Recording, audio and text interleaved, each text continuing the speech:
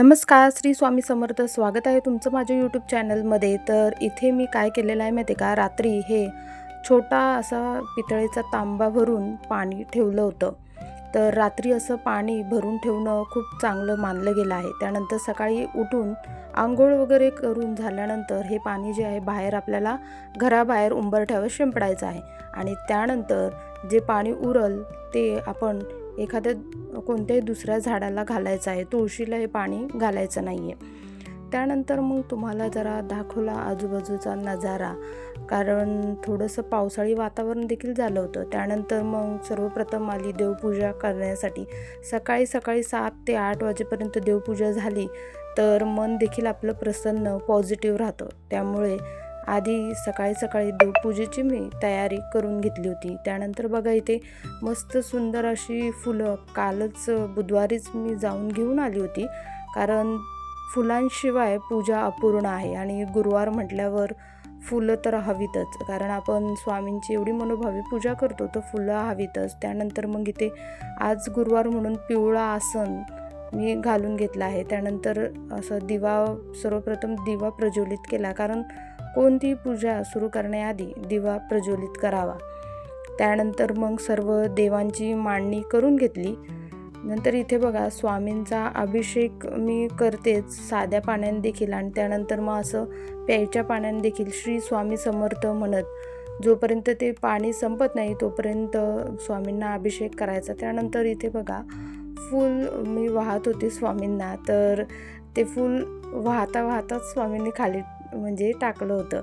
त्यामुळे अशी एक प्रचिती अशी येत राहते मला की आपण स्वामींना फूल वाहतो तर स्वामी अलगद ते आधीच खाली हे टाकतात. त्यानंतर बघा अशी संपूर्ण देवपूजा झाली.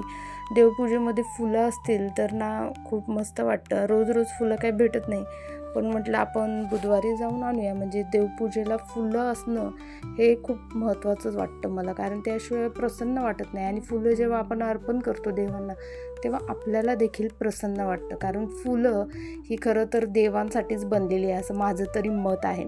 त्यानंतर मग आज आज गुरुवार, त्यामुळे अशी महाराजांची आरती देखील स्वामींची करून घेतली.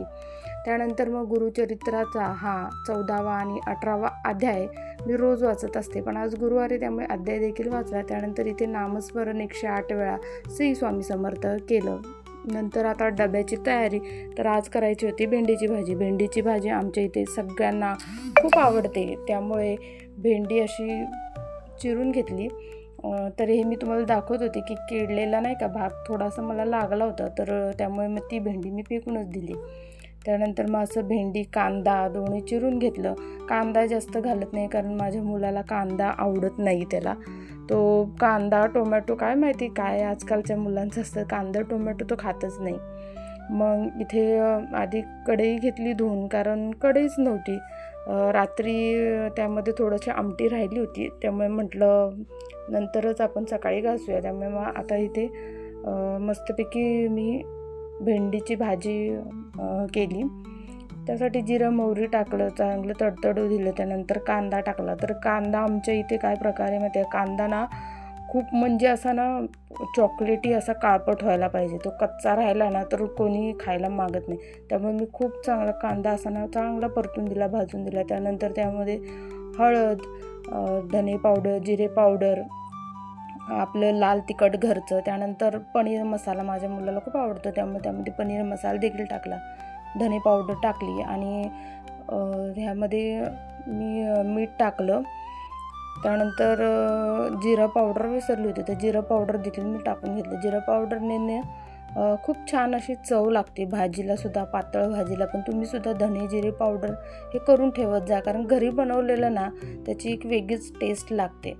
त्यानंतर मग पटापट इथे घेतल्या चपात्या देखील करून. जेव्हा आपण चपाती करतो तेव्हा ती चपाती जेव्हा फुगते ना तेव्हा एक वेगळाच आनंद होतो मनाला. आणि माझ्या चपात्या तर जसं मी तुम्हाला सांगितलं की माझ्या चपात्या अगदी छोट्या असतात, कारण मुलांना कसं आहे मोठ्या चपात्या दिल्या तर एक तर ते खाऊन येत नाहीत, त्यामुळे असं छोट्या चपात्या दिल्या की ते पटापट खाऊन देखील येतात. आणि तसं पण दुपारी आल्यानंतर घरी देखील जेवणं होतंच, त्यामुळे अशा छोट्या चपात्या दिल्या की ते पटापट संपूर्ण टिफिन फिनिश करून येतात. नाहीतर मग चपाती तशीच घेऊन येतात घरी.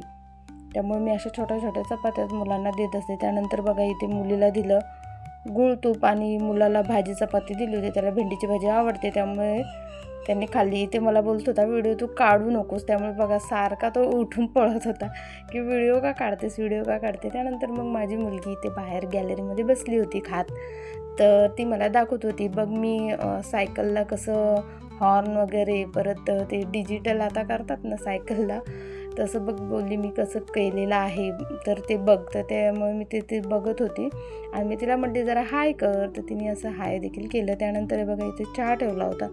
चहा हा खरं तर मी नैवेद्यासाठी म्हणजे स्वामींना सकाळ सकाळ चहा मी ठेवत असते. त्यानंतर मग आम्ही घरचे सगळे चहा घेत असतो. आधी सुरुवातीला स्वामींना ठेवायचं, त्यानंतर आपण घ्यायचं. तर इथे पण उरलेल्या चपात्या करून घेतल्या, सगळ्या चपात्या टिफिनच्या घरी खाण्यासाठी वगैरे सगळ्या चपात्या करून घेतल्या. तर बघा अशा चपात्या फुगल्या ना तर एक छान आणि वेगळं समाधान भेटतं. त्यानंतर चहा तयार झाला, तर स्वामींना नैवेद्य दाखवला. आता तुम्ही म्हणताल इथे तू 2-2 भेंडी का दाखवते, तर एक भेंडी मसाला अधून टाकून परतली, कारण मिस्टरांना मसाला लागतो, मुलं तिखट खात नाहीत. त्यानंतर बघा स्वयंपाक करता करता आपला किती अवतार होऊन जातो. नंतर माझी मुलगी आणि दोघंजणं चालले होते शाळेला, तर तिला म्हणलं हाय बाय कर, तेव्हा ती अशी बाय करून निघाली होती. त्यानंतर बघा आता इथे मुलं शाळेत गेल्यानंतर किती पसारा करून ठेवतात. हा सगळा पसारा आवरता आपला अर्धा एक तास कधी जातो तेच कळत नाही. अजून तरी किचनमधला पसारा तुम्हाला दाखवला नाही, हा हॉलमधलाच पसारा यांनी एवढा करून ठेवला होता. त्यानंतर बघा मग मी मस्तपैकी साफसफाई करून घेतली, पसारा आवरून घेतला. त्यानंतर मग मला आज सुरू करायचं होतं गुरुचरित्राचं पारायण, तर त्याचीच मी इथे तयारी करत आहे. सर्वप्रथम फरशी चांगली स्वच्छ पुसून घेतली, त्यानंतर त्यावरती स्वस्तिक काढलं. 2 रेषा आपल्या बाजूने मारायच्या आहेत स्वस्तिकच्या. त्यानंतर त्यावर हळद कुंकू अक्षता अर्पण करून त्यावरतीच मग मी पाट ठेवला. त्या पाटावर देखील लाल रंगाचं, माझ्याकडं पिवळ्या रंगाचं आसन नव्हतं त्यामुळे मी लाल रंगाचंच आसन त्यावर हातरलं. त्यानंतर 3 ठिकाणी तांदळाची रास देखील केली. रांगोळी आधी सर्वप्रथम काढून घेतली. आता इथे स्वामींची देखील माझ्याकडं होतं हे स्वामींचे रांगोळीचं, तर त्याने मी स्वामींची देखील रांगोळी काढून घेतली आणि अशी फुलं बाजूनी डेकोरेशनसाठी काढली होती. त्यानंतर मग आपले पहिले गणपती देवता यांची पूजेमध्ये आधी मी मांडणी करून घेतली. सर्वप्रथम दिवा प्रज्वलित केला, त्यानंतर गणपती बाप्पा, त्यानंतर मग माझ्याकडे अशी दत्तांची मूर्ती देखील आहे, तर ती माझ्या सासऱ्यांना कसं गिफ्ट भेटली होती, तर त्यामुळे त्या दत्तांच्या मूर्तींना देखील मी अष्टगंध इथे ते लावून घेतला, ब्रह्मा विष्णू महेश यांना. त्यानंतर गाईला आणि जे श्वान असतात तर त्या श्वानांना देखील मी अष्टगंध लावून घेतला. त्यानंतर गणपती बाप्पा, दिव्याची आणि पोथीची देखील पूजा करून घेतली. त्यानंतर सर्वांना फुलं वाहिली, तर इथे सुद्धा तेच झालं. दत्त महाराजांना मी फूल वाहत होती, तर ते देखील फूल बघा पुढे तुम्हाला दिसेल की ते देखील फूल सर्वप्रथम खाली पडलं. मग त्यानंतर परत मग मी फुलं अर्पण करून घेतली. मग त्यावेळेस काही फूल पडलं नाही, त्यावेळेस थोडं व्यवस्थित वरती ठेवलं मी, त्यामुळे ते काही पडली नाहीत नंतर मग फुलं. मग त्यानंतर मग गुरुचरित्र पारायण करायची सुरुवात केली होती, पण त्याआधी आपल्याला संकल्प घ्यायचा असतो, तर इथे मी संकल्प सोडत होती. महाराजांना आपलं नाव, गोत्र आणि हा संकल्प आपण कशासाठी करतो आहे हे सगळं काही आधीच सांगायचं आहे आपण. आणि मग नंतर ते पाणी ताम्हणामध्ये घ्यायचं आणि ते तुम्ही पाणी झाडाला वगैरे टाकू शकता. त्यानंतर मग इथे घेतले मी अध्याय वाचण्यासाठी. आज पहिल्या दिवशी 9 अध्याय वाचायचे होते, तर मग इथे 9 अध्याय मी वाचून घेतले. व अशा पद्धतीने शांततेमध्ये कोणीही नसलं तर पूजामध्ये आपलं मन देखील लागतं आणि त्यामुळे अध्याय देखील आपले पटापट वाचून होतात. तर बघा अशा पद्धतीने माझी महाराजांचं आजपासूनचं पारायण जे सुरुवात आहे त्याचं आज 9 अध्याय झाले. तर कशी वाटली माझी ही पूजा आणि कसा वाटला व्लॉग मला कमेंटमध्ये नक्की सांगा. धन्यवाद.